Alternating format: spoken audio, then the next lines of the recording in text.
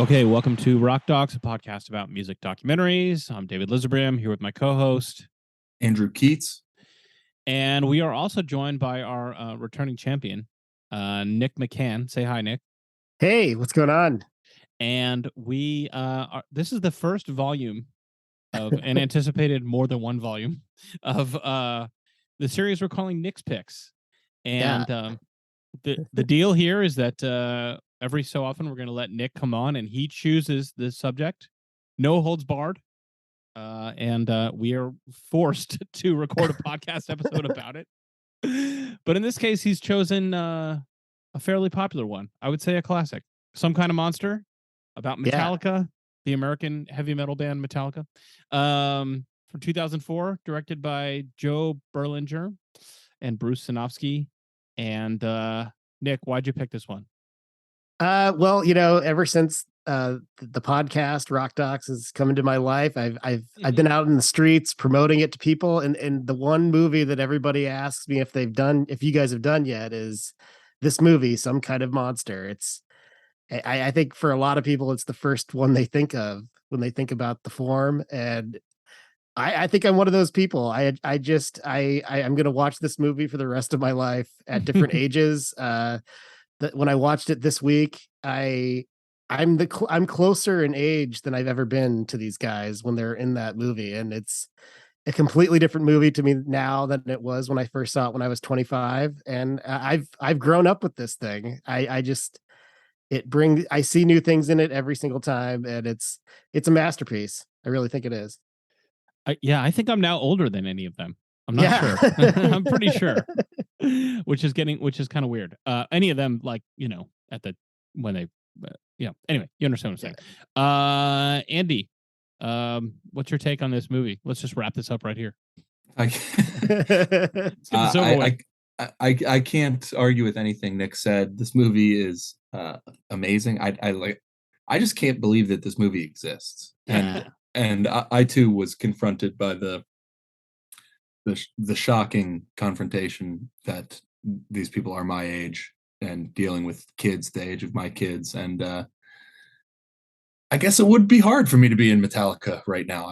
That would be a struggle. So maybe I have a little bit more insight into what they were going for. But I had seen this movie once, maybe 10 years ago. I think I guess a little bit less than that, when it first hit Netflix, whenever that was, 2014 maybe.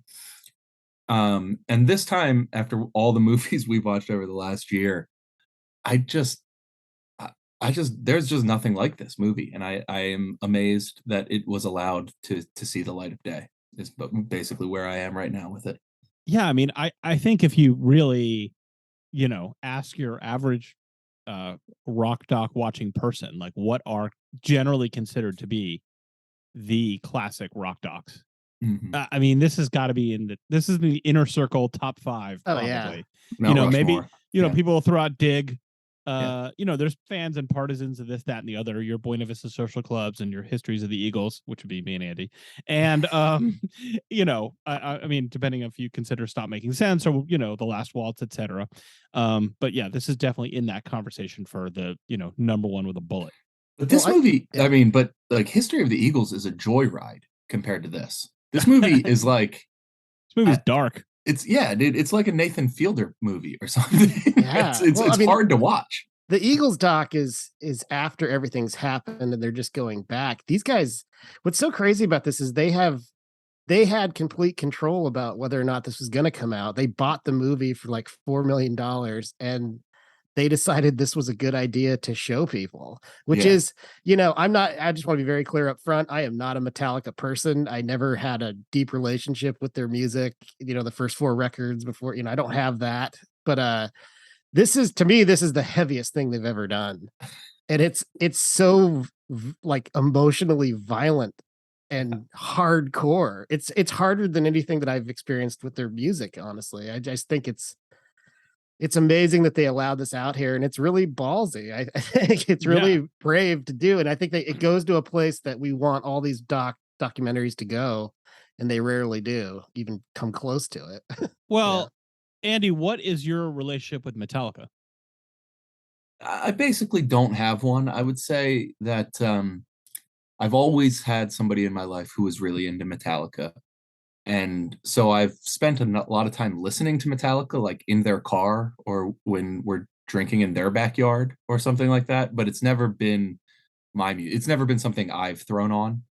Um, when I listen to it, I understand the appeal. I hear enough that I get why people are really into it, but it oddly puts me in a place, I guess, kind of how other people must feel when they listen to the Grateful Dead, because when I listen to the Grateful Dead, it's so varied and alive, and it all sounds so different to me, I'm full of euphoria. And then when people say that it all sounds the same or that it's redundant to them, I don't know how to relate to them as human beings. And while I understand the like musicianship in Metallica, and I can understand the like the appeal of something that just like allows you to like totally let go and lock in on what's happening on stage, this all mostly sounds the same to me. And I understand that that's like sacrilegious to other people. So when I recognize that while I'm listening to it, that's the only time I can see the Grateful Dead the way other people see the Grateful Dead. Okay, that's an interesting analogy. Yeah. I mean, it will probably not surprise you that I am by far the biggest Metallica fan on this podcast right now. I mean, I love their, music. I mean, really the first 5 albums. I think that the basically the hits are well-known songs from that discography. When I think through, like, I was just, watching this and then like on a bike ride thinking like just like you can name like, off the top of your head, a ton of classic like Beatles songs or, Rolling Stones, something like that. To me, Metallica is the same way for me. Like, I'm not saying I like them more than the Beatles or something. I'm just saying, like, off the top of my head, I could rattle off a couple of dozen songs that I think are as good as anything and that I like as much as like anything. And I've seen them twice. I saw them on the Guns N' Roses Metallica tour in '92 at Jack Murphy Stadium, which, like, I mean, just imagine being a like 16-year-old headbanging idiot seeing Metallica and Guns N' Roses in their prime. It was just like Ice-T opened, right? Yeah, and we got there late, so I didn't see Body Count. But I can blame my cousin Mike, who, but I don't even think I was 16 yet. I think he drove me there. Yeah, seeing Metallica and GNR was just like unbelievably epic. And then I saw them again in like 2008 on the Death Magnetic tour, and they were also awesome. Like, it was, obviously, like, not their latter work is not as compelling as the early stuff, and but in terms of a live act, like, they are a band I would see any day, and like I would recommend anybody see, because they like absolutely give it all. And just like the experience of seeing them and being in a room of like 20,000 crazy people like singing along to every song, the energy is incredible.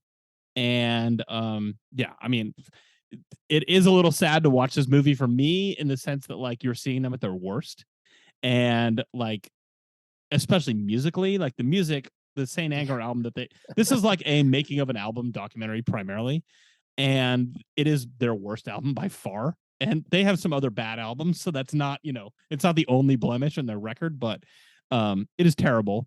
And like it's unbelievable to me that like the guys that wrote Master of Puppets and One, and For Whom the Bell Tolls, and Battery, and Sanitarium, and all these other great songs, do not recognize that the songs they are writing are absolutely dog shit.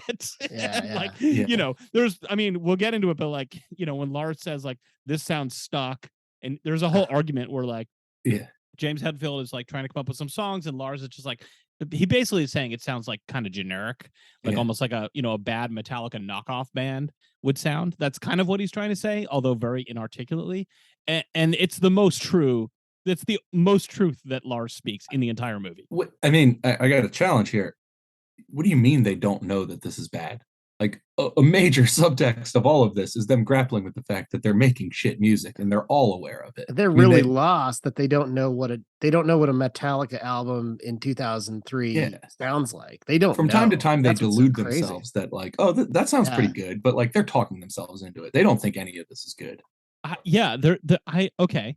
I like to think that that's true. But there's other parts, but they're all like into it and they seem really committed. And like, and like Hetfield comes up with some dumb lyrics, and like the rhythm of the lyrics don't even work with the line. You can't sing them. And it just doesn't work. Yeah. And Lars Ulrich, who's supposed to be the guy who's like James's editor. You know what I mean? That's like what it is. Yeah. It's like Lars's job is like to work with James and like to get the best out of him. Is like, dude, that was it, man. More of that, you know? Like, and it's like, are you insane? Like, this is garbage. So, okay, that's what's happening. But actually, why don't Nick, for those 3 people that have that have listened to this and have not seen this movie, why don't you just like describe what this movie is? For the uninitiated. Right. So basically, right after they had a pretty successful year in 2000, where they basically, they had a movie they had a song on the Mission Impossible soundtrack. They had a Grammy for that covers album they made and all that. Basically, Lars Ulrich attacks the fans with the Napster case that everybody, turned on. It seems like that was his idea and maybe not the rest of the band's idea. They head on into 2001 after James has like a jet ski accident, and they're kind of trying to figure out what they're going to do next. Jason Newsted, the bassist who joined after Cliff Burton died. He basically quits the band because James Hetfield gets threatened by him doing other side projects, and he's also against. Yeah. Until very recently, Metallica had a no side project policy. Yeah. So it was like very strict. And this is like until like last year. So like, just for context, it wasn't like Jason was doing something that he thought was kosher, and James like all of a sudden sprung this on him. Although he was doing something that like every other band does. Yes, he was doing something perfectly reasonable and normal, which was just like doing some dumb side club band side project that nobody would care about. It would have no effect on Metallica. But anyway, okay, there you go. So continue. So then he exits the band right when I think it's right when the band decides that they want to use a performance coach. Or the record label wants to use a performance coach because Metallica is still a monster and they can still make a ton of money on the road. They can, if they release original music, people will buy it. So there is pressure to keep the machine going, and that's when you meet these guys. They're trying to make a record at the Presidio, and James is struggling. He falls back into his addiction, goes to rehab for 6 months, and leaves the other members basically hanging to not do anything. And when he comes back, he has restrictions on his time, how much time he can spend each day in the studio. He has restrictions on how people can work when he's not there. And they work through a lot, and they end up with a really bad hard rock album. I mean, it's like it's basically it's a making of album.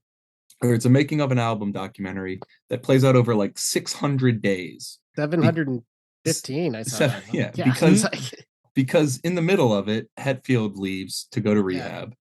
And he literally walks out the door. Yeah. Nobody knows if and when he's ever coming back. Most people, they don't even seem to know for a long time where he is. Like, it's not like they're talking to him or they know, oh, he's in such and such center. Like, these guys who have spent like every day with him for the last 20 years don't know where he is. He's just off the grid.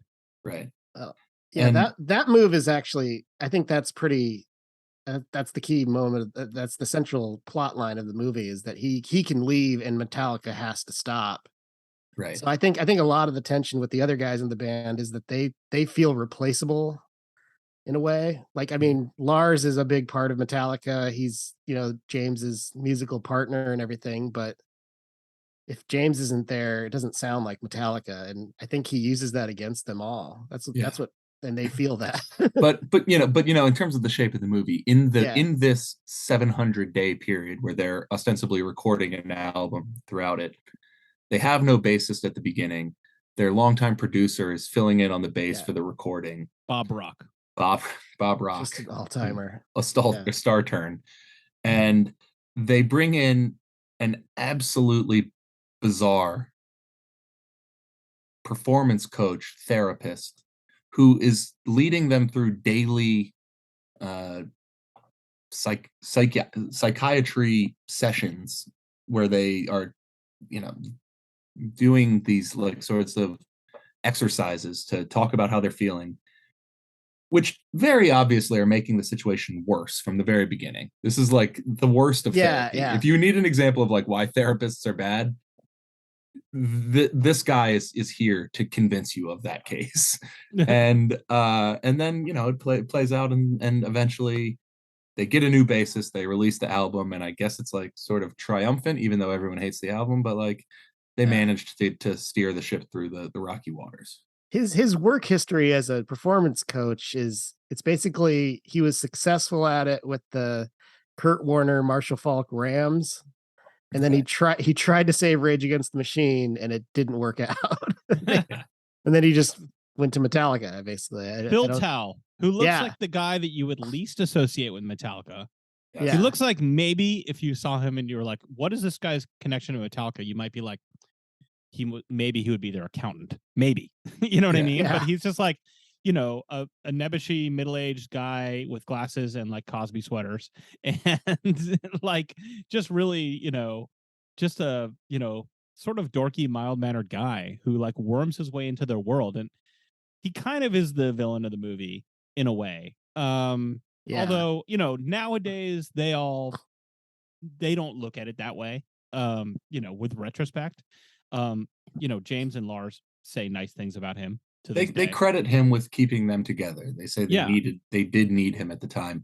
Yeah. I mean, that is not evident on the film to me. No, it seems very much like he is putting them in situations where they'll be forced to break up. And like, when you're watching this in 2022 and you know that they just played like a festival circuit this summer, it's easy to forget while you're watching this that they continue to play together.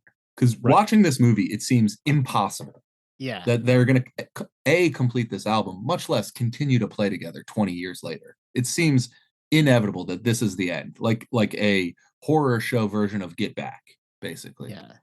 Yeah. Well, I mean, Get Back is watching Get Back before seeing this again that's been a revelation. Just to see that. Absolutely. Yeah. Absolutely. I was thinking the same thing, because I was thinking like, what these guys need. So the Metallica members at this point are James Hetfield, the singer / lead songwriter / world's greatest hard rock rhythm guitar player of all time, in my opinion. Just unbelievably good. He writes incredible riffs, and like technically, like he plays like a metronome, that's cranked up to, 300 beats a minute. Like he's just an unbelievably talented person.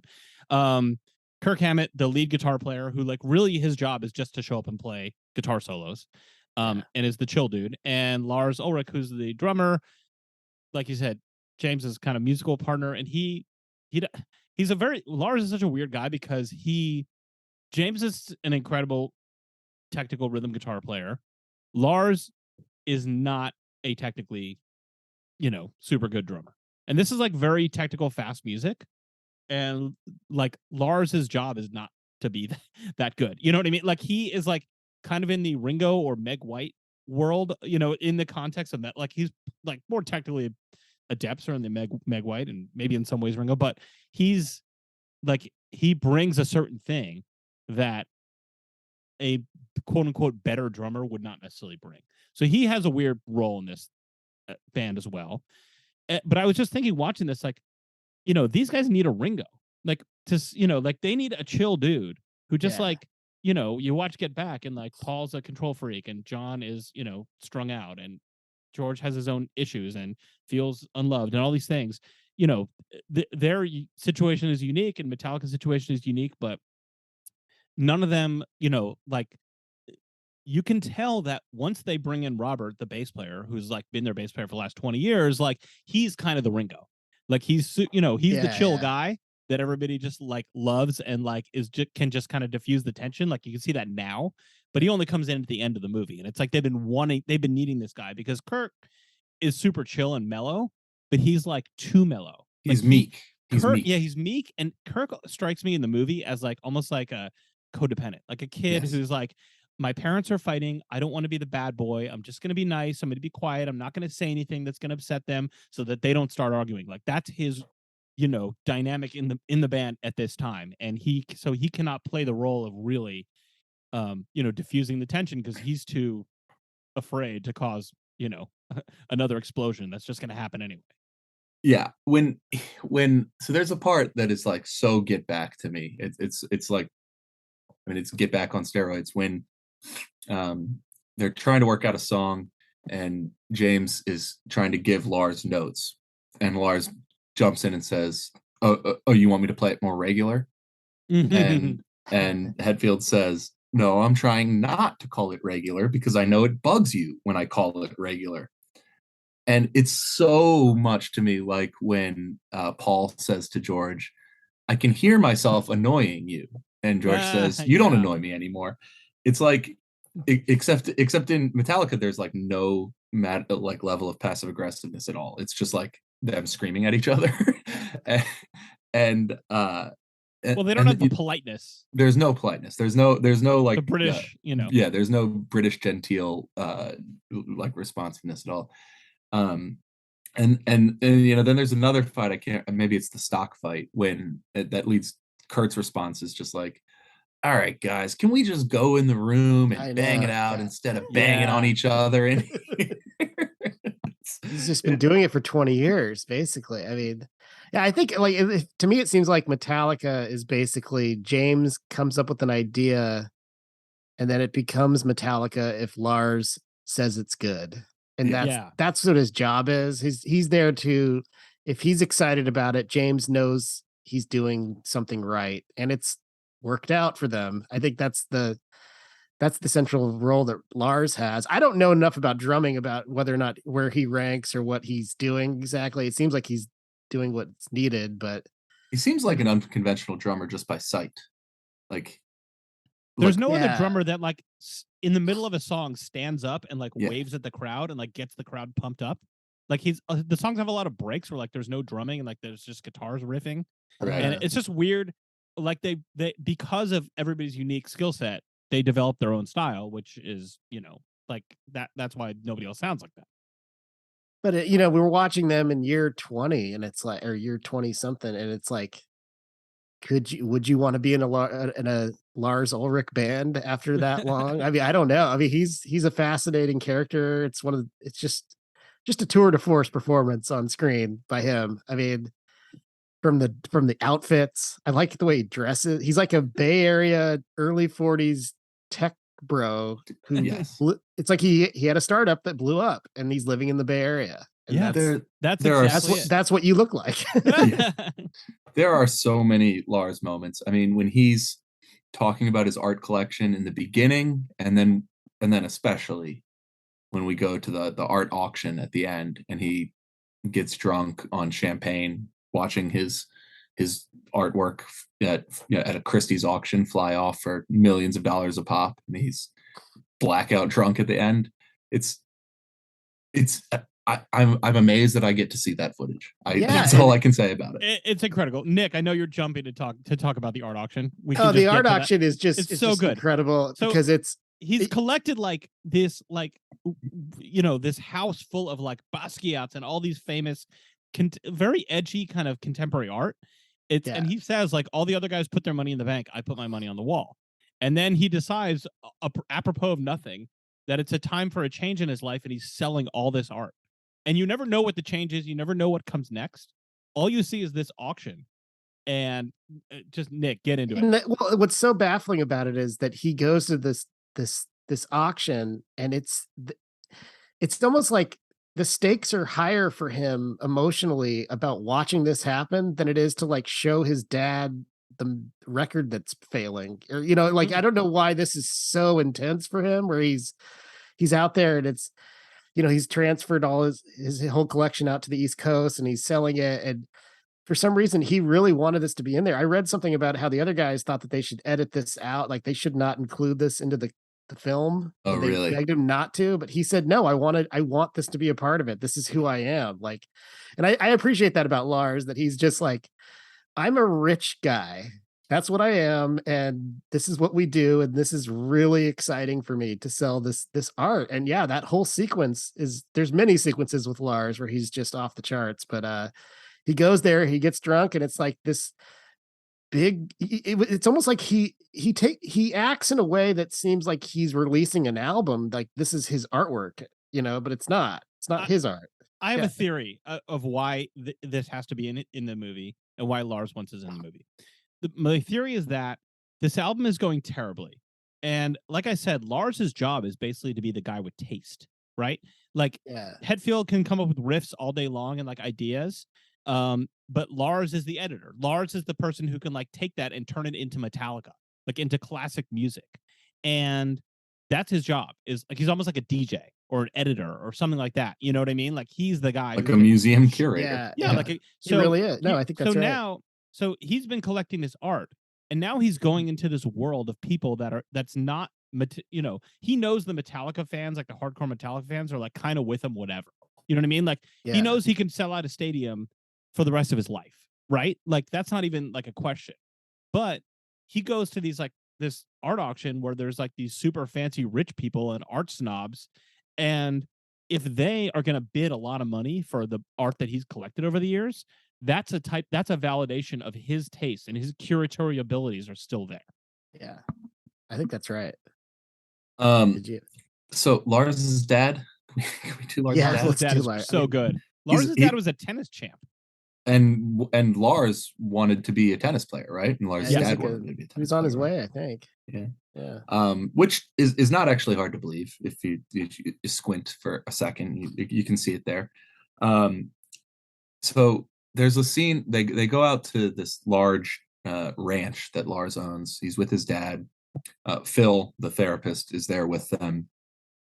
Lars expresses that he has a really hard time being vulnerable with his dad, and that he couldn't say many things about his dad in front of him. Phil tries to get him to do so right there, and there's a incredibly awkward exchange where Lars would very much like to be anywhere else in the world than right there with his therapist, telling him to say to his dad all the things that he may be thinking. And then they cut to the studio so Lars can play the record for him. And Lars's dad strokes his 3-foot-long beard while listening to the opening song. And his first words are, "If you said you're our advisor, what would you say?" I would say, "Delete that." Just like an absolute murderer. Like a murderer like only a Dane could be. I mean, truly, if you've ever met a Danish person, this is their personality. And he absolutely crushes it. Slips the knife in. And Lars is like defenseless. Lars can't even respond to him. Lars is just like, well, I guess we have to delete it then. He doesn't question his dad. His dad is the ultimate.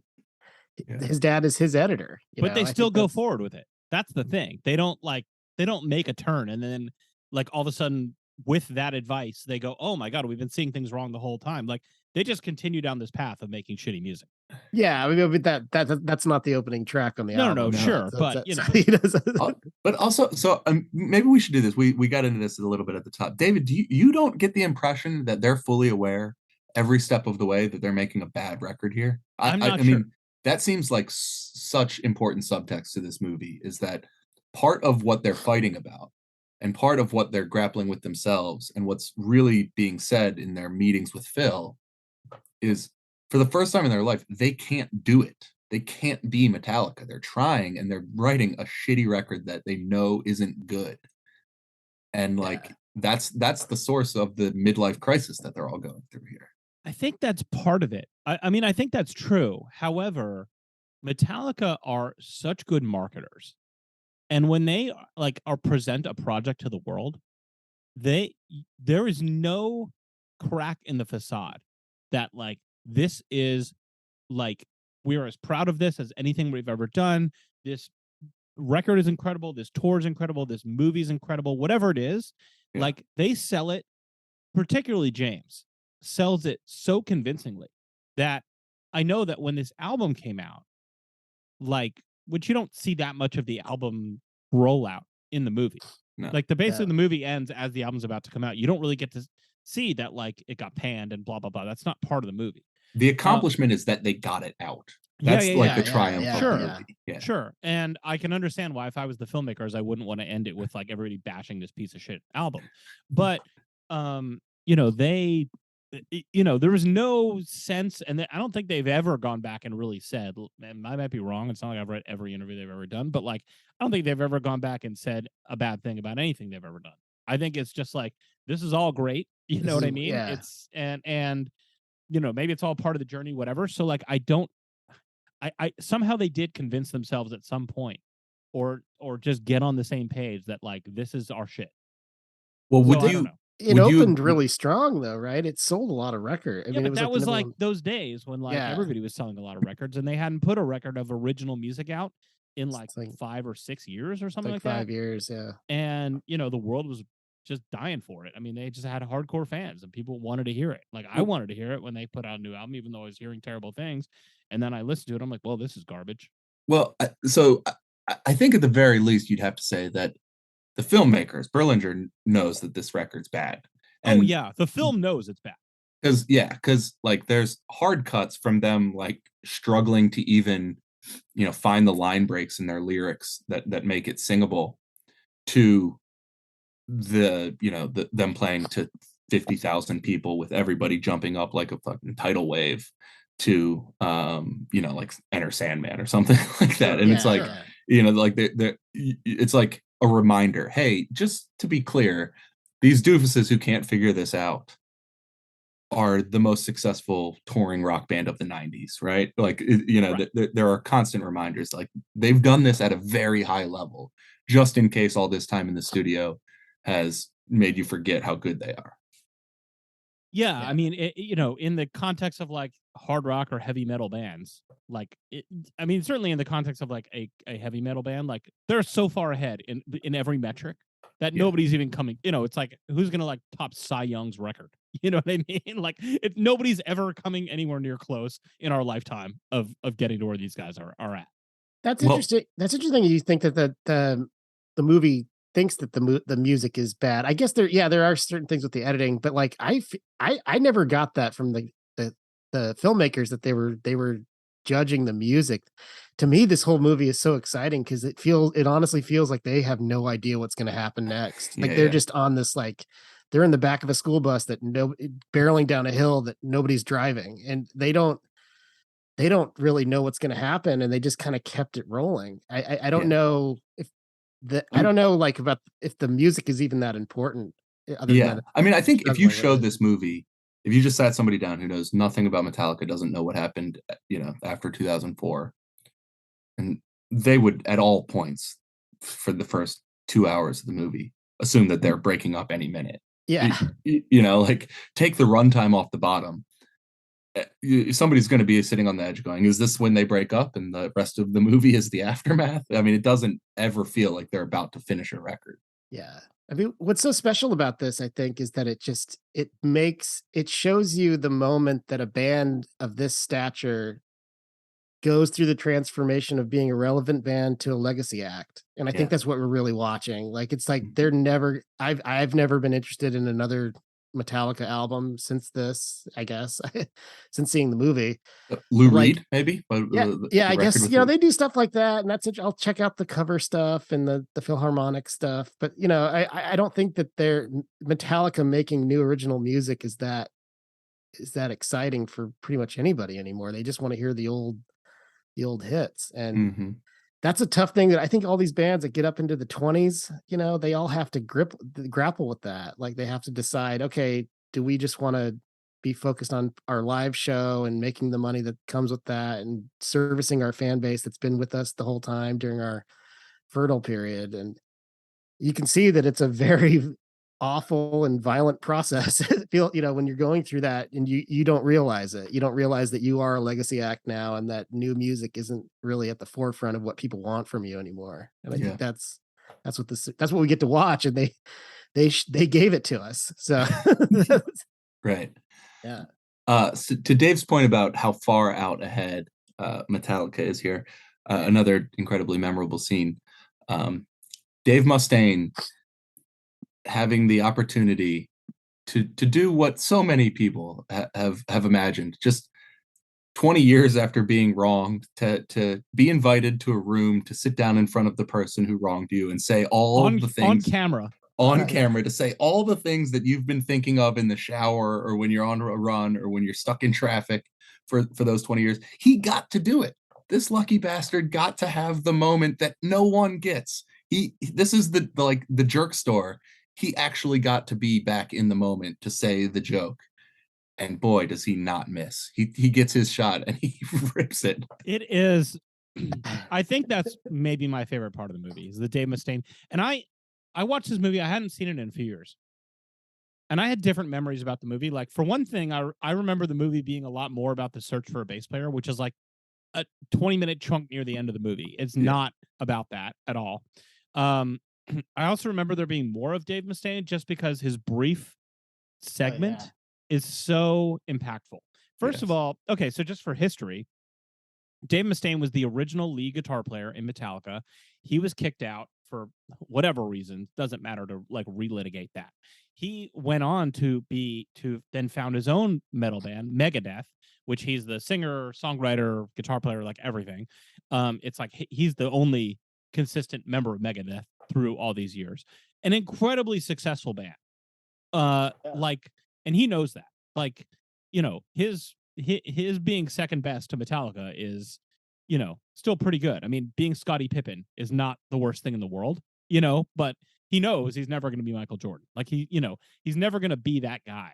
And he, you know, because of metal fans, some of them being idiots, you know, he talks about how like every day for the last 20 years, people have been walking down the street, like, you know, just saying, oh, Metallica to him, like, you know, just talking shit, like rubbing it in. And he can't enjoy the success that he's had and, you know, all the songs and tons of albums he's sold and huge tours and all these things because he is carrying this resentment. And he's the only person in this group that is actually articulate, who just says stuff in a very straightforward way, you know, and maybe it's because he's been like rehearsing this speech for 20 years, but nonetheless, like the way he talks is the way you want James and Lars and Kirk to be able to talk. Like, just say it. You know what I mean? Like, don't bounce around or you know, tiptoe or, you know, try to think of a different way. Like, he just says what's on his mind in a very articulate way. And it's like, yeah, this is exactly how I feel. This is the problem. And it's like, it's such a breath of fresh air. And it's, oh my God. Yeah. And he just lights them up. It's so good. Yeah. I mean, he seems like he's been through a lot of therapy, more therapy than Lars has at that point. So he's the way he directs the conversation and really just forces Lars to say exactly what he means. And yeah, Lars doesn't want to do it exactly. And I'd love to see the footage of them convincing Lars that this was a good idea. I don't know if like the therapist thought this was a good idea. Maybe you should talk to Dave. This is how it goes. Maybe. And at the end, Mustaine's like, I've been dreaming of this for 20 years, and it's not quite right because there's a very important person that's not here. He wants more. He's like, I'm glad that I got to rip into you, Lars, but I want to rip into James too. I want to hurt James. Like, there's another person I get to hurt here. It's just so you know, I get a rain check at some point. And there's a dispute about whether or not he signed a release to have that footage in there, but he apparently told them he didn't want it in there afterwards. And they still put it in, and he's been on the record calling it the final betrayal. Yeah. Even though they've like jammed together in public. I don't know. Yeah, they've done stuff where like they do their 30th or 40th anniversary shows and they, you know, play whole albums and they bring back Dave to like play some of the old stuff, and that's cool. They do that. And they did the big four concerts with you know Slayer, Anthrax, Megadeth, and Metallica, and they jam whatever. They seem to like whatever. I should also just say, since we're all San Diego guys, that he's our neighbor. Dave Mustaine is our guy. He was born in La Mesa. He's a local guy to live in San Diego, and you know, Dave, you want to come down and hop on the podcast anytime? We loved what you had to say in this movie, and what the hell were we thinking? We should have invited Dave Mustaine on this episode. yeah. Whoops. Just kidding. Yeah. I'd love to hear his side of it. I mean, it sounds like he just was a little bit more of an aggressive drunk than the other drunks in the band. They kicked him out one night, and then destroyed his life. I He guess, also even though he sold gets, 15 million records or something like that. Yeah. he sneaks a nice Metallica dunk in the first Woodstock '99 documentary, right? That he was surprised by Lars and Metallica's Napster take, since Metallica early on had so much success with tape trading, and that they were all tape traders themselves. Oh yeah. Oh yeah, he can't resist the opportunity. Yeah, it's great. But like Lars says to him, he says, I've had an awareness of the pain I caused you, which is just such like, here's a guy who's pouring his soul out. Yeah. And you're like, I've had an awareness of the pain I caused you, like using the passive voice, you know what I mean? Like, or as close to it as possible. I mean, that's the type of shit though that is like, not even I am aware of the pain I caused. Like, I've had an awareness. Like, it has occurred to me that I may have wronged you, but then I went about my day and felt fine about everything else. Dave just hits my him. Heart. Dave does not let him off the hook on that. Dave just hits him with I miss my Danish friend. My little Danish friend. My little Danish friend that we used to smoke hash through dirt with. In the dirt. Whatever. Yeah. Remember that? That's the real stuff. My little Danish pal. This is just when the movie just keeps piling it on. It's just classic moment after classic moment. It never lets up. There are like 15 moments that are in the Hall of Fame. We can only discuss. We probably should. So yeah.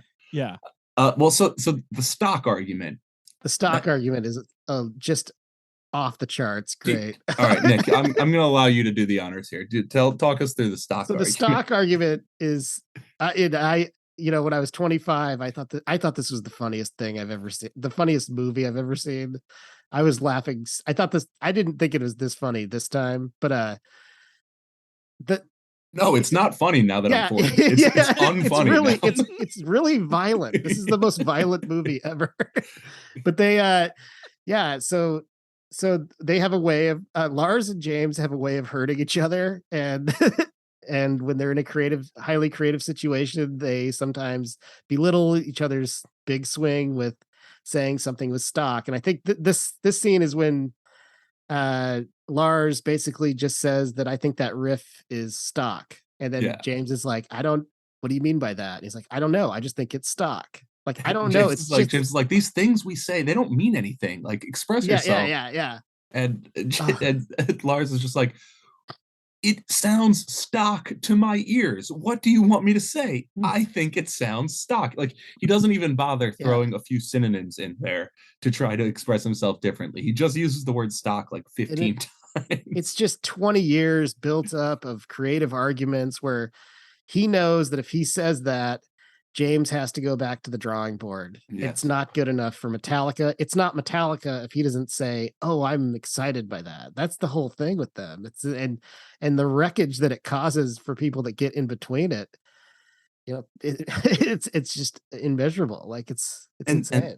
And I believe that's the argument that culminates in James saying, "Yeah, I told you I'm in a bad mood today, and you're picking at me all damn night." And then he storms off, and like that's it. That's the end of James in Presidio. And that's the end of Metallica in Presidio. That's the it's like that. I mean, that's like that is like me and my brother. Is like he knows exactly what to say to get under my skin, and the fact that he says it is so much more meaningful. It's like I know that you know that that's the trigger, and so the fact that you're pressing it is a double provocation. Yeah, you know what I mean? Yeah, and it's like you watch that and you're like, this is why documentaries are good. Like, you know what I mean? Like, it's not the like, not that I don't like scripted movies and TV or whatever. You know, that's great. I'll say it. I don't like scripted movies. Well, and TV. Yeah, okay, but I'm saying like that's a situation where it's so real that like prior to this movie, the idea that the word stock would be like the most vicious insult, and somebody repeating it over and over would be so hurtful that you can feel it, like it's coming out of the TV. It's like you can't imagine that. And then when you're watching it, you're like, dude, like do you have to say, like, it's like, I feel it. You know what I mean? You can see on James's face. And we should say like this movie, just in terms of the way that it's constructed, there's no talking head segments in this movie. There's no narration. There's no like interviews. They don't go back after they filmed everything and then sit down the individual members of Metallica in a room, like, and to get their like take, like it's some bullshit reality show. Yeah. Like it's all, the only thing you see in the movie is like what's happening live.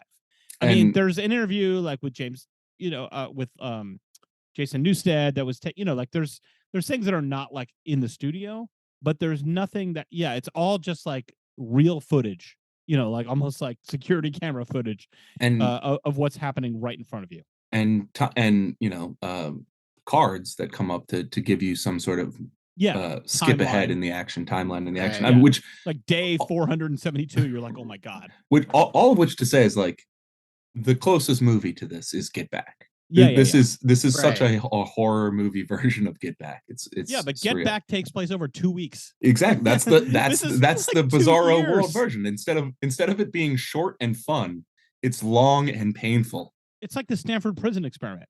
Like these people have trapped themselves in this Metallica, and they just keep describing it as this machine that is just moving forward, and they're paying Phil the $40,000. $40,000 at towards the end of the movie.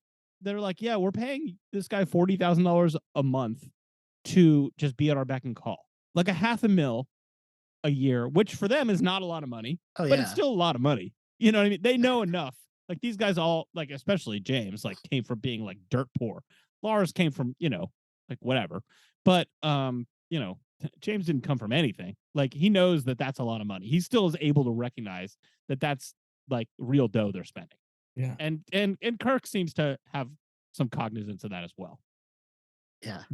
I mean, so they have an HQ. I mean, they have an office. It's like that. They're not. Oh my God, they have tons of stuff. They have tons of staff. Yeah. Boy, they're eating a lot of takeout. Always eating takeout. I don't think I've ever seen as much takeout being eaten as in this movie. Can we talk about? I think they could get a chef. Instead, it's like every day there's like busting. They just get like sandwiches. It seems like. A lot of sandwiches. I think one thing we could talk about, especially when you talk about the staff that they have around them, is the Echo Brain concert. Oh which yeah, I think is really just a amazing sequence in filmmaking, and just I actually incredible. think that's rock bottom for Lars. I think that's the moment when Lars realizes he's a loser.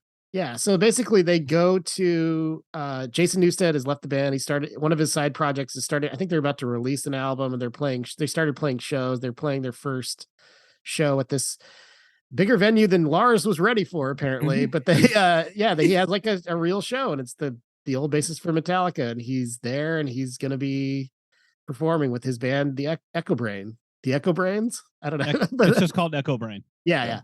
They and so he goes down. Lars goes down to see it. James is still in rehab, and Kirk isn't. Does Kirk go? I don't think Kirk goes, but Bob Rock goes. Bob Rock goes. It's just a night on the town with the two coolest guys in the Bay Area, Lars Ulrich and Bob Rock, and they go to this concert and they're into it. It seems like they're into it. They go to this club. They get driven in like a limo to this club, and Lars just feels like shit about it, basically. Well, first of all, Jason bounces. Yeah, they try to go backstage to go say hi to Jason, and he's left before they can even get back there. Yeah, and they're like meeting the other band members, and the other band members are like, I don't know, he kind of took off, man. And Lars is like clearly humiliated by this. Yeah. Then they go back to an empty venue while people are like clearing shit out. Yeah, Lars is still hanging out like when they're like sweeping up after the show. And Bob Rock and Lars are just sitting there counting all the people that are associated with the Echo Brain crew who had worked at the Metallica studio, and like working each other up about like, wait, are we the losers here? Lars doesn't really recognize anybody. No, and Bob He's Rock just recognizes them and remembers their names. And Lars is like, really? He's like, really? That's Billy. That's Billy. He carried boxes, and Lars is like, I don't the guitars. When Lars is in that space, he's just focused on whatever he's going to do with James. I think he just doesn't recognize anybody around, like I thought that was just the key moment of basically the whole Lars movie. Puts his head in his hands and says, I feel like such a loser. I can't even keep my band together. All the studio guys are working for James's band. Metallica is the past. Jason is the future. Yeah. And that's the truth. I think it's like Jason is actually trying to make new music and be in healthy creative environments, and you guys are like trying to keep this machine going, and you're trapped by it, and he knows it, right there on screen, and he's smoking, I guess. It's great.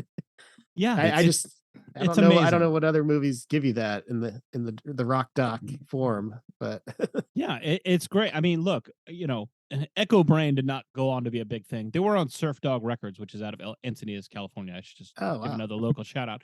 But but Jason went on to like play with Ozzy. He played with Voivod, which was like a very, which was a like a kind of a predecessor to Metallica, basically, like in the the thrash metal early days.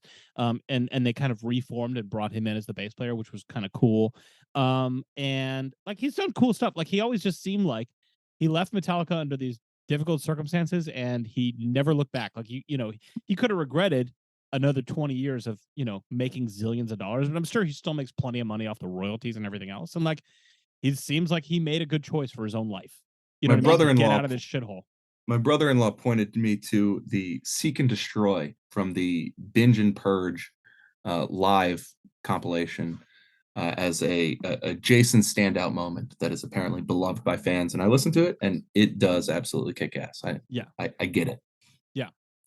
And I mean, Metallica, of course, like the Metallica story, which they get into late in this movie, is that their original bass player, Cliff Burton, who was a genius, died in this bus accident in Sweden in 1985 after they'd recorded their third album, Master Puppets. And then, the rest of the guys were like a bunch of drunken idiots and, were not capable of making any like, decent emotional decisions. They brought in another bass player and just kept on trucking.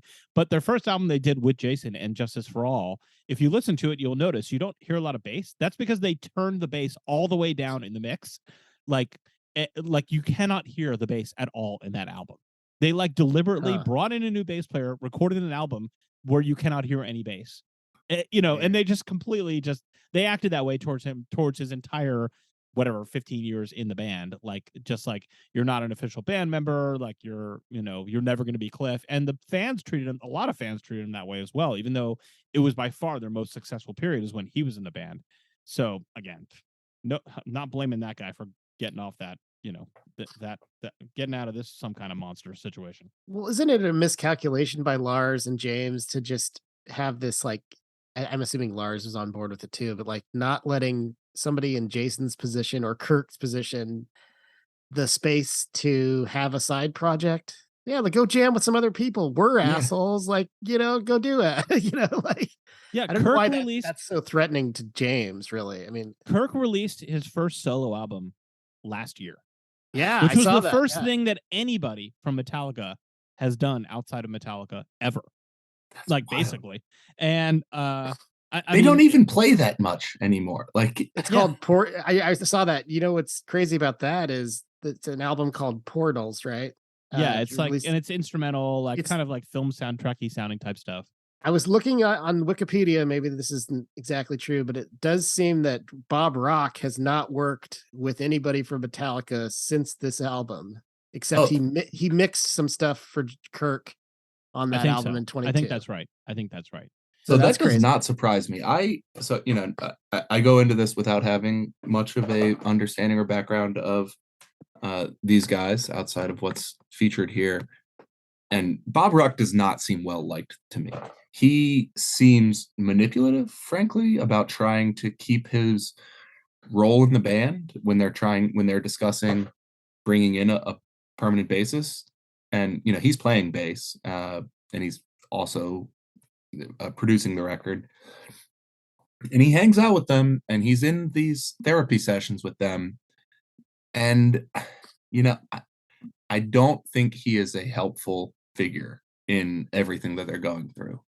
And he doesn't seem to be especially well liked. And I guess it's not even subtext. There's the one part where James talks to Kirk from rehab and lumps Bob into the business side of things and how much he doesn't want to deal with it, which Kirk sort of casually lays out there to Bob's obviously hurt feelings in front of everyone. Yeah. Yeah, you don't get I mean, Bob Rock has produced a ton of huge albums. And he's like one of the most successful hard rock producers ever. Even putting aside the Metallica stuff, you don't, in this movie that he's in a lot of for 2.5 hours, you get no sense of him, like why he's a great producer or anything. Like you don't get any moments where he gets to be the hero. Well, the only thing I will say, I'll let you go, but to his credit, is that he's playing bass on the album because Metallica doesn't have a bass player. And there is also no point at which he tries to insinuate himself as the bass player of the band. Like he's not trying to play shows with them.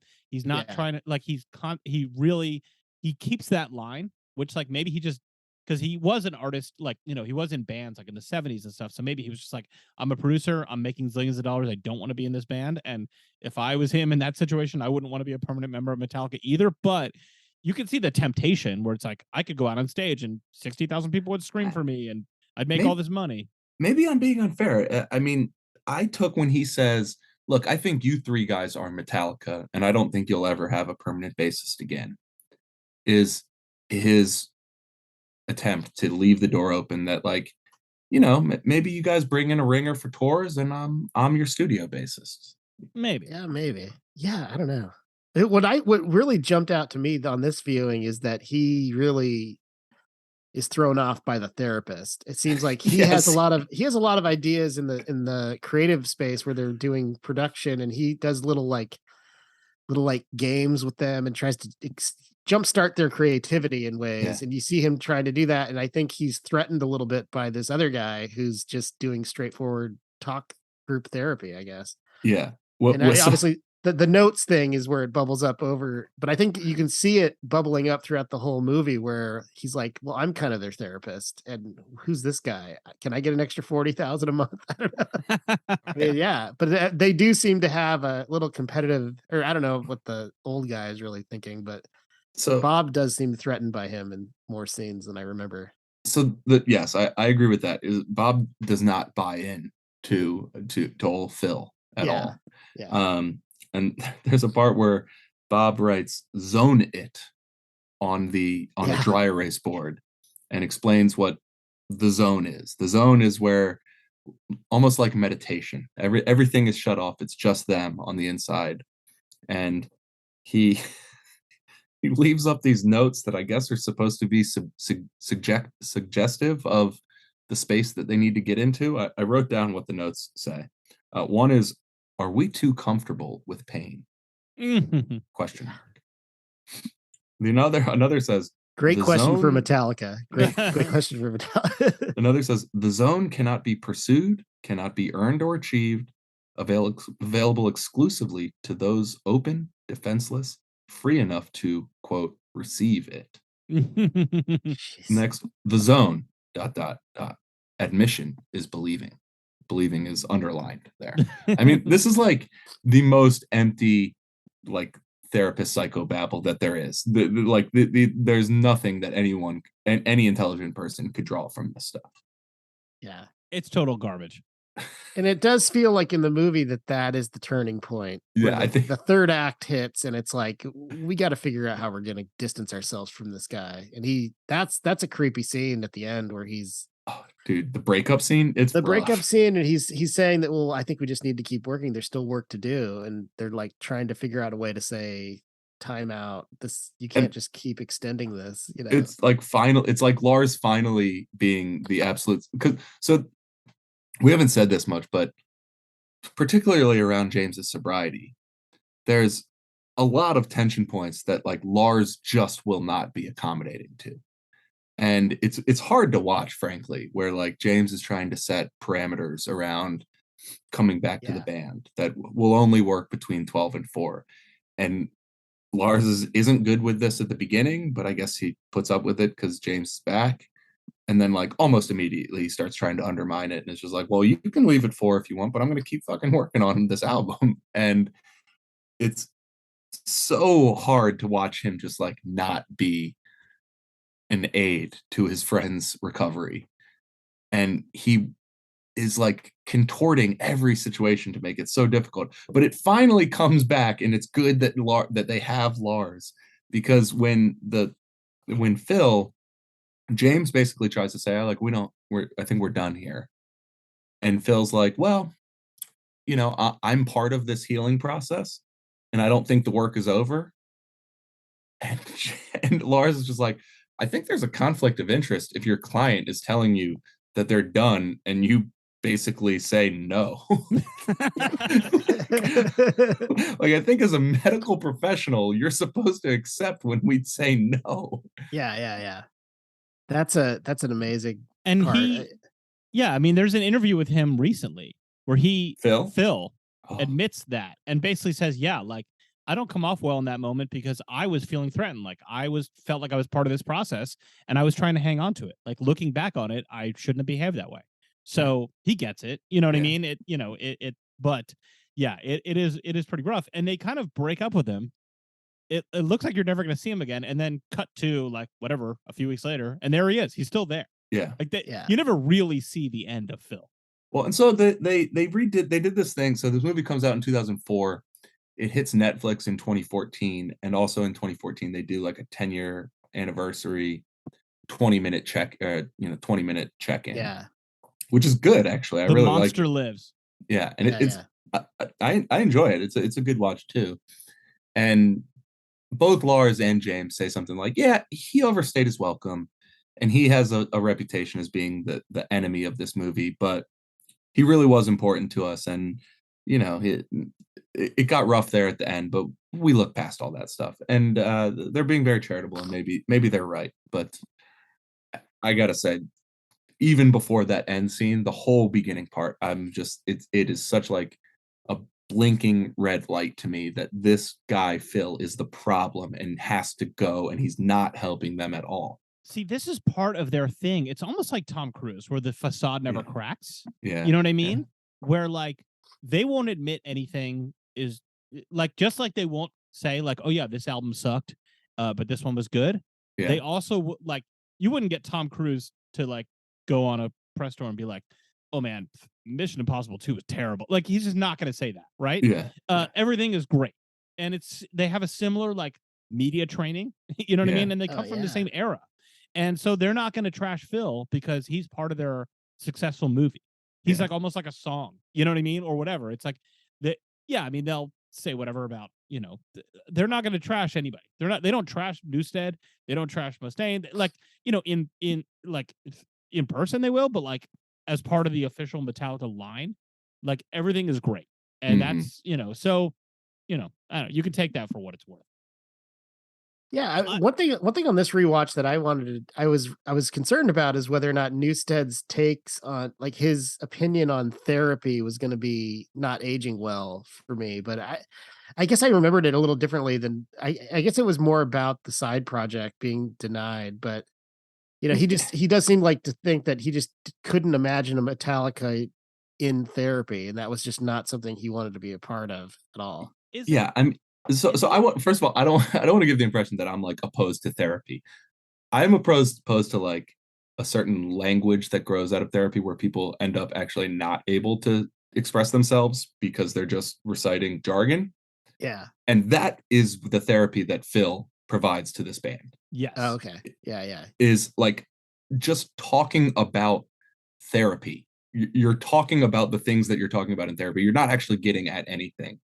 And now, I don't think that Jason is like, I don't think Jason is like thinking at that level. What he says specifically is like, you're telling me the hardest band in the world is gonna get a therapist? It's lame. And yeah.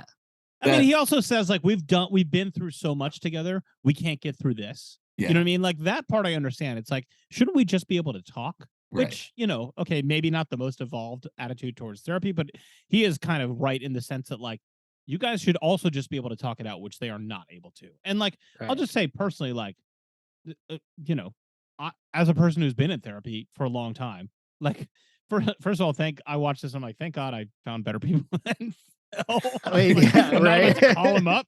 But yeah, there is a very, this movie is in some sense probably the most realistic depiction of therapy, even though like he's terrible and it's like, you're seeing him at his worst. I don't know. Like you're seeing 2 hours out of 700 days. So who knows? Maybe he was like the world's greatest therapist on the days they didn't show. Who knows? True. But there like the like there's something you have to talk about, but you're avoiding it, and you just find every possible way to not deal with issues, and they're trying to draw it out of you, but you just can't get there. Like that stuff is so real, and you're just not going to get that, like in any other movie. I mean, it is very, like, you do identify a little bit with that, just that kind of experience. So I don't know. He looks bad in this, but on the other hand, I don't know what was left on the cutting room floor. I mean, the results are they have the band keeps going, and they have their fans are serviced, and they made the great Saint Anger album. I mean, you can't knock it.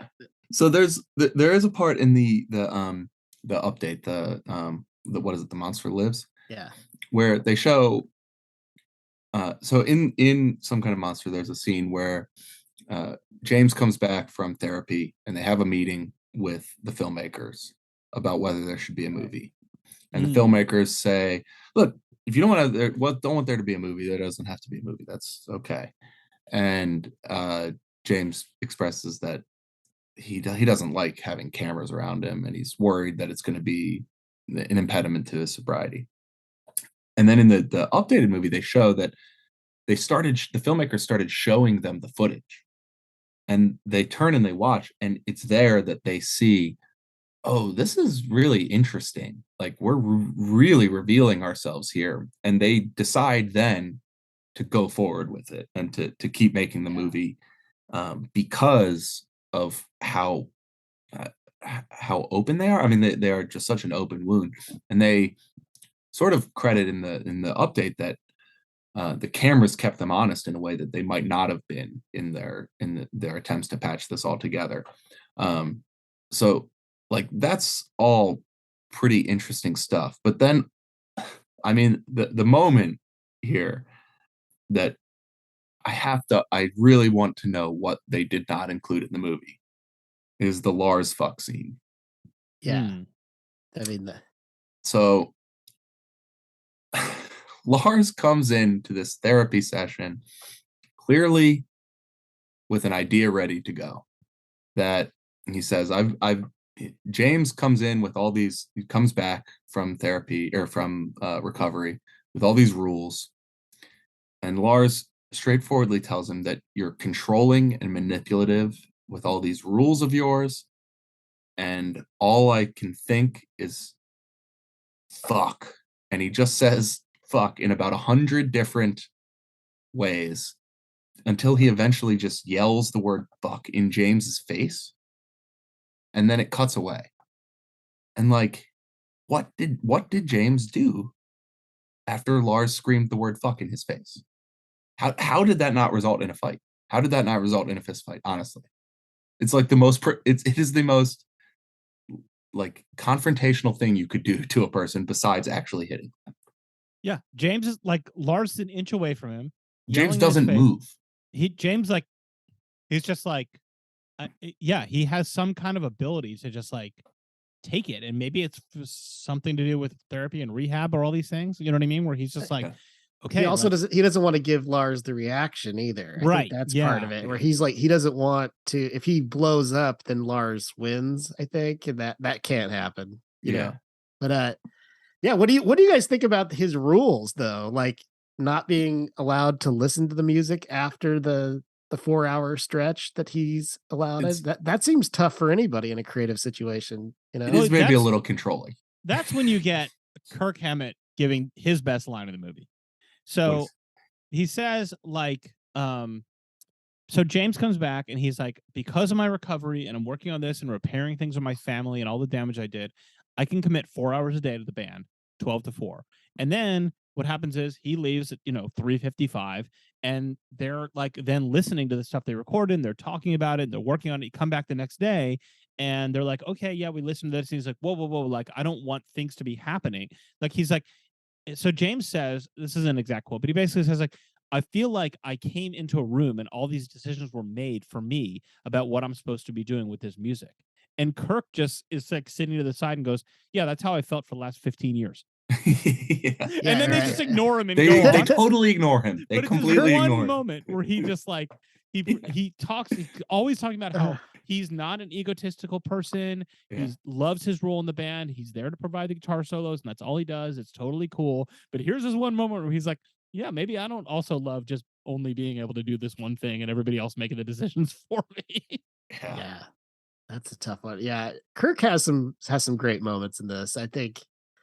Yeah, he's definitely coming to his own, and yeah, he's maybe the whole movie. I always think with him in the movie is like, is he thinking that Jason was right, and I should just step off of this train now and not? You never get him to say that. Yeah, but I think he understands Jason's motivation. I think he understands what Jason was thinking, and I think we all do as viewers. It's like, I think you just have to get away from James and Lars. Well, when they do bring Robert Trujillo into the band, and it's like they haven't quite smoothed everything over yet. Things are looking a lot better by this point, but not everything's put to bed. There are a few moments where it's like, what does this motherfucker think he just walked into? Holy shit, Oh yeah. I mean, he is a ray of sunshine, and the Billy Preston, if you will. Yes, he's the Billy Preston. Well done. Yeah. Oh my God. Yeah. You just earned your Nick picks role right there, because that was exactly the right. So yeah, right down to them being like, but you're nailing it. You're nailing it, Robert. So the bass player auditions are so good. They bring in all these bass players, the guys from Nine Inch Nails and Jane's Addiction and Marilyn Manson, and all these other like really well-known bass players. And Trujillo is clearly, I mean, without even a question, the best. Like, he just absolutely crushes it. And he's playing these super fast bass parts without a pick. He doesn't play with a pick. And the guys are just like amazed at what he is doing. Yeah. And they like, Lars at one point says like, he's the only guy who like never seemed like he was struggling. Like, he's playing these super tactical fast songs. All the other guys seemed like they were just at the edge of being able to do it. And these are like really successful people and talented. And Trujillo like does not break a sweat. Like, he's that good. And then they invite him into the band. He's like the chillest dude. And then, I mean, the scene when, first of all, they like bring him into their like, shitty conference room. Yeah. And they're like, and Lars is like, so we want you to be a full member of the band. We're giving you $1 million. Yeah. And he's like, what? and then like later on, it cuts to like, you see him in his like tiny little apartment in Hollywood. Like, this guy played with Ozzy Osbourne. He's like, he's not a nobody. But, he, is a working musician, but he's like, living in this tiny little place, and you see him jumping up and down on the bed, just like absolutely losing his mind, it's so winning. And like, that's all you've ever seen from this guy. Like, he, the 20 years that he's been in Metallica, like that attitude is just what you get all the time. Just total, this guy hit the lottery, and he is just like, stoked every minute of it. So David, you're a Metallica head, I'm interested if you agree with this. I asked one of my friends who is as well if now is the longest serving bassist in Metallica history, if Trujillo is considered just like a band member, and he was like, nah, not really. Do you agree? I mean, I don't know. I don't really think about like I'm perfectly happy if I'm gonna go see Metallica in concert, which I'd be happy to do. That he's the bass player. I would be, bummed if he left. Like, I don't know. Like, I don't know that they're going to get anybody better. Yeah. I mean, Cliff is dead, and Jason Newsted's doing his own thing. Like, they never recorded a great album with Trujillo, but that's not on him. Yeah. And I don't know. I mean, like, if you're carving a monument of Metallica with 4 guys, is it going to be him? Probably not. You know what I mean? Like, but that's kind of like the like, oh, what hat should somebody wear in the Hall of Fame argument. Like, should A-Rod be a Yankee or a Mariner? Like, okay, or should Mike Piazza be a Met or what? Like it's I don't know. It's like it is what it is. He's it's not his fault that he wasn't there when they wrote Master of Puppets, and he instead was there, like, with Hardwired to Self-Destruct or Yeah. whatever.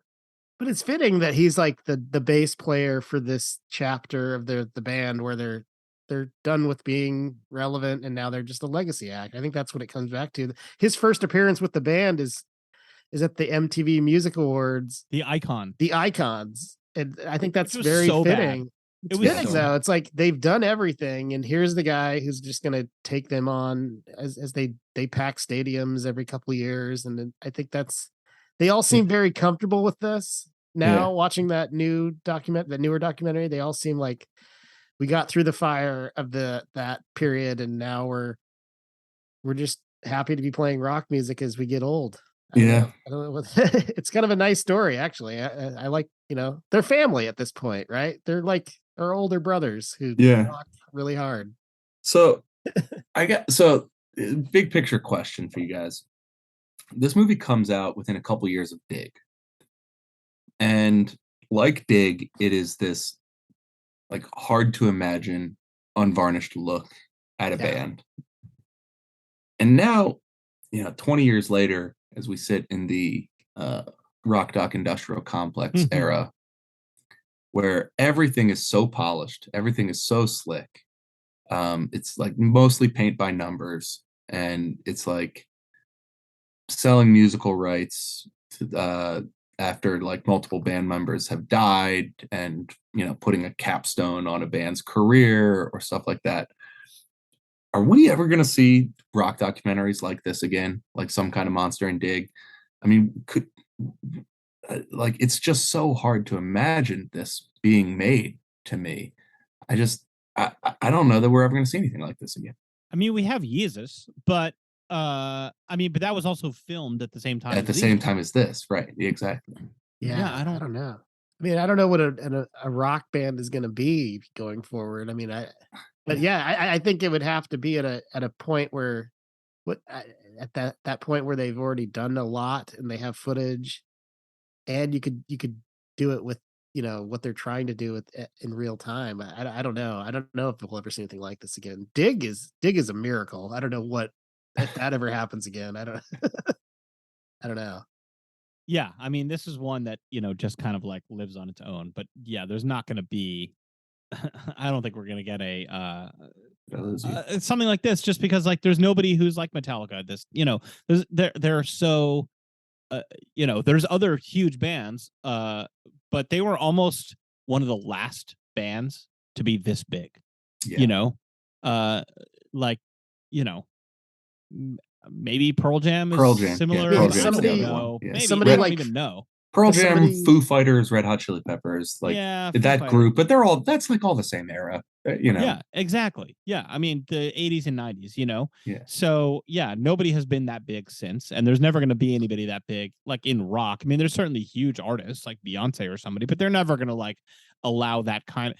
There's a lot of like, I mean, there's the Lady Gaga documentary, which is very warts and all in a way, but it's also like it's just not. It's not the same, it's still very manicured in a way. So the Strokes are getting to this point, right? Now, would they do something like this where they could be struggling with an album and dealing with Julian Casablancas and his what's going on with him? I don't know. I'm thinking like the Killers, the Strokes. Yeah. Somebody has been filming them the whole time? Maybe that's something like that emerges, but. Yeah, I mean that would, I mean, the timeline works. That's where we are right now for something along those lines. I don't know, like go throw a camera on Win Butler right now. Yeah. Like literally today, and figure out what like this tour is like, and then what the band figures out afterwards. That would be that would be pretty rough. I could imagine that.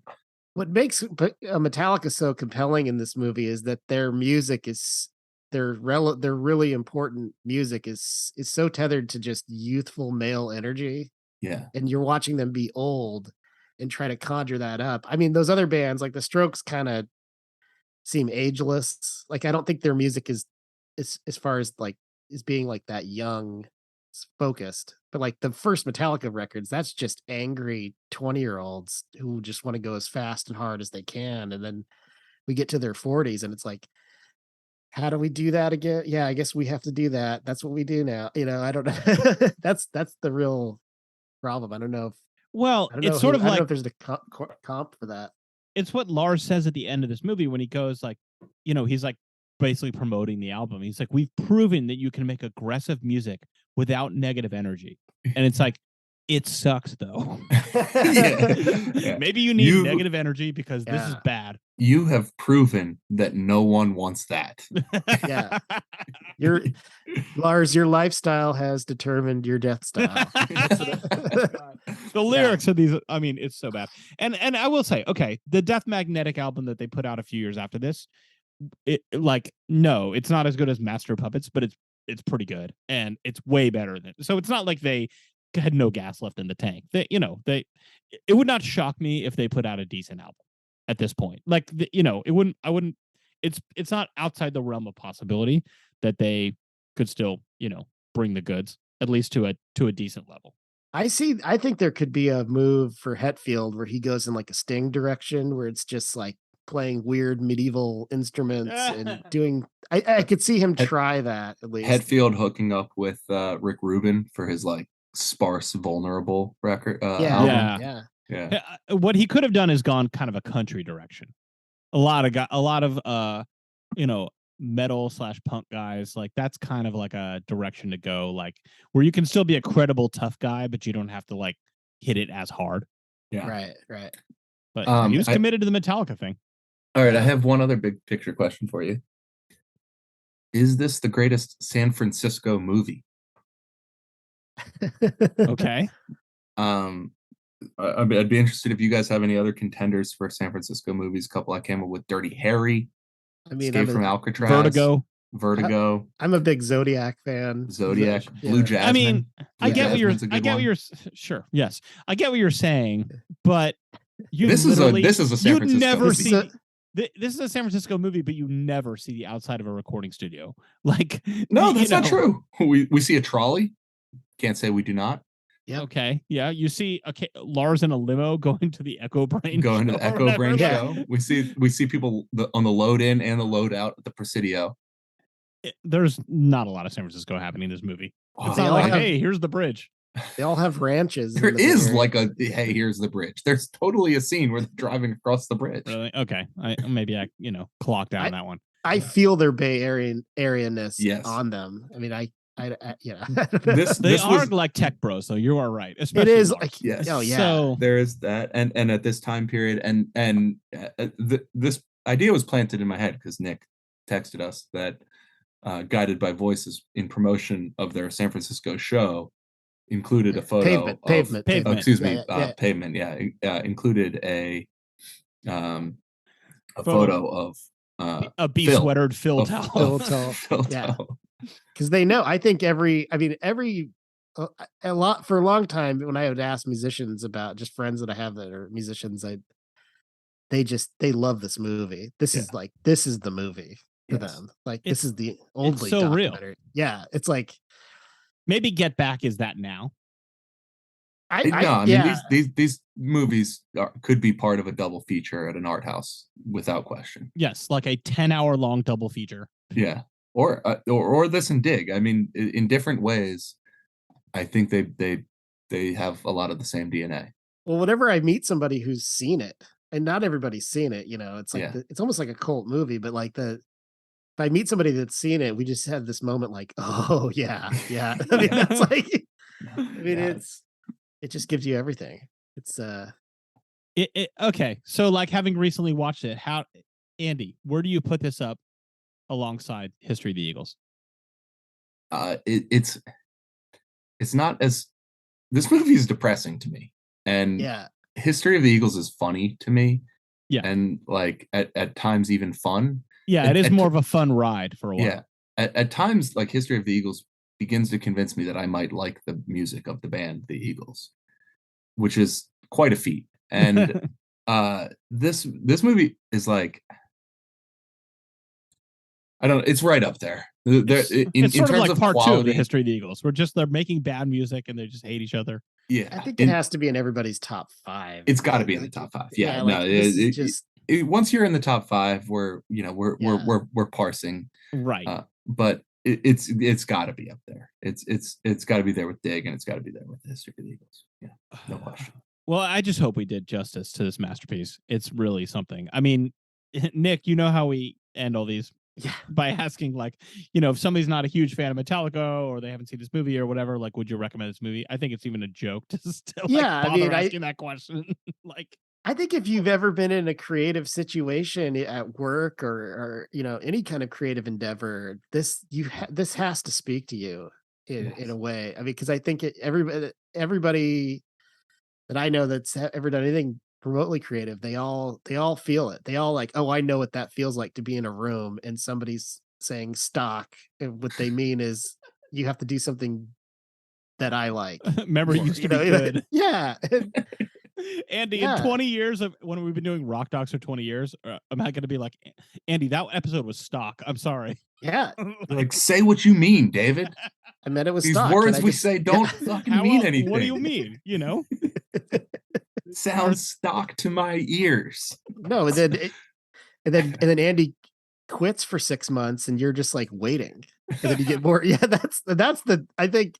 Yeah, Nick pulls you in, and he's like, "What we need to do is act like Rock Doc still exists, because it does, and that's what we're here for." Yes. And you need to pay me $3,700 a month to fix Rock Docs and all. Andy, answer the question. You know the answer to this question. I won't sully what I've said already to even suggest that the answer could be anything else other than what is obvious. I don't want to talk to you about music if you haven't seen this. I don't know, like, if you want to discuss rock music and you haven't seen this. I don't even. Yeah, I mean, how dare you? If you're interested in like weird creative people and how they like go about their lives and deal with things and deal with conflict and are assholes to each other and whatever, like grow, stop being just like a cool young person and become a middle-aged person, and how do you deal with that, like all these lifestyle transitions. If any of those things are of interest, like, this movie is so real and so raw. Yeah. Being a fan of Metallica has no bearing on the quality of this movie. You could tell that from the 3 people talking here. This is not a movie that is like just for the fans of the band. And they barely even tell the story of Metallica in this movie. It's hardly relevant. It's hardly relevant. It's not. Yeah. But I think it also makes it made me really appreciate Metallica more, just having the balls to do this and put it out there. The releasing of it is just puts it into another category for me, just because it's so amazing that they decided to share this, and that informs all of it for me. It's just so incredible to be that successful at that point and just say, come behind the curtain. This is what it actually is, and it's a nightmare. Wonder what Lars's dad's take was on them releasing the movie. He's still around. Let's call him up. Let's We're gonna get Dave Mustaine and Torsten Ulrich. One of my notes was that Lars' dad deserves a podcast. He doesn't deserve a guest spot on this podcast. He deserves his own. He's so good. He's incredible. I don't even know what else to say about this one. This one was I'm very sad incredible that this 2.5 week period I've had where I've just rewatched this movie. I've just gotten through as much of it as I could each night, and then when I finished it, I just started it over again. I'm sad that that's probably going to come to an end here. You got to give it some space, but come back to it. I want to come back to it when I'm like 45, 50, something like that. 40, 46, whatever. Yeah. Anyway, it's great. We love it, and there you go. Thanks, Nick. Hit me up on Twitter. I'll pick the next one. The next Nick's pick. I think we'll bring you back for another Nick's picks. Andy, what do you say? Very much like the Dick's Picks Volume 1 with that incredible "Here Comes Sunshine" from '73 in Tampa. Nick comes right out of the gates, just firing just as hard as Dick about Right. with Some Kind of Monster. Okay, so Nick, you want to plug something, or Yeah, you can check out my podcast. We're gonna do it soon. It's the Kept Faith podcast. It's a Padres San Diego sports podcast.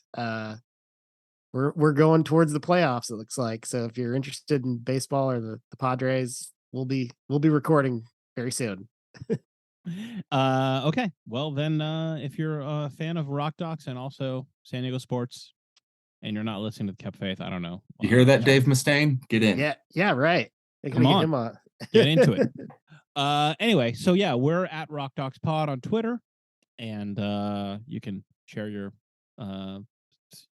if let's say you know it's Halloween's coming up, you dress up like Phil in a nice sweater, as a super deep cut Rock Talk themed Halloween costume.